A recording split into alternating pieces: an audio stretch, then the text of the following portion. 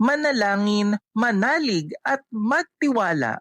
Hi mga ka-hope! Welcome sa ating fourth vlog at isasama ko nga kayo sa aming lupain. Char! Isasama ko nga kayo sa Minor Basilica of Our Lady of the Rosary of Manaoag dito sa Manaoag, Pangasinan. Espesyal nga sa amin ang araw na ito dahil ito na nga ang aming ika-15 buwan ng aming buwan ng debosyon sa mahal na Birhen ng Manaoag. Pagdating nga namin sa Manaoag ay dumiretso muna kami sa blessing area para nga ipabless sa mga kandilang aming nabili bago namin ito sindihan. After nga namin magsindi ng kandila ay dumiretso na kami agad sa pinakaloob ng Minor Basilica para nga magdasal na ng Santo Rosario. Naalala ko noong bata ako, lagi kong tinatanong, kailan kaya kami makakapunta sa Manaoag? Kaya naman ngayon, I'm so happy and grateful dahil monthly na nga kaming nakakapunta sa Manaoag. Mapapansin nyo nga dyan na napakadaming scaffolding sa loob ng simbahan. Yes, kasi nagpe-prepare na sila para sa nalalapit na centennial anniversary ng canonical na koronasyon ng mahal na Birhen ng Manaoag. Hopefully nga ay makapunta kami sa kanyang canonical coronation anniversary sa April 22.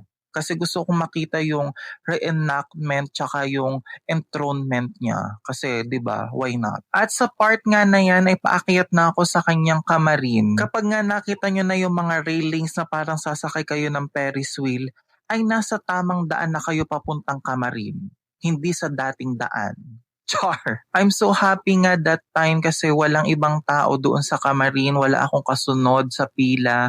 Ako lang at ang mahal na Birhen ng Manaoag. Diyan nga sa kanyang kamarin ay makakahawa kayo sa kanya ng malapitan, makakapagpunas kayo ng panyo at makakapag-alay kayo ng panalangin ng napakalapit sa kanya, as in super lapit nyo na. At bago nga ako bumaba ng kamarin ay napansin ko nga ang bagong imahe na ito ng Santo Niño de Cebu. Iba kasi nakalagay dyan na Niño before. Ito nga rin pala ang imahe ni na Santa Ines de Montepulciano, San Pedro Martir de Verona, Santa Margarita de Ongaria at Santa Magdalena de Nagasaki. Makikita nyo nga din doon sa Manaoag ang Nazarenong ito na napakalaki, as in. Medyo natakot nga lang ako ng slide sa kanya kasi feeling ko gagalaw siya. At sa part nga na yan ay muntik na nga akong kuhanin ng araw sa sobrang tindi ng sikat niya, as in. At dahil nga puon is live, nagtingin-tingin tayo saglit ng puon sa pinakaharap ng Basilica ng Manaoag.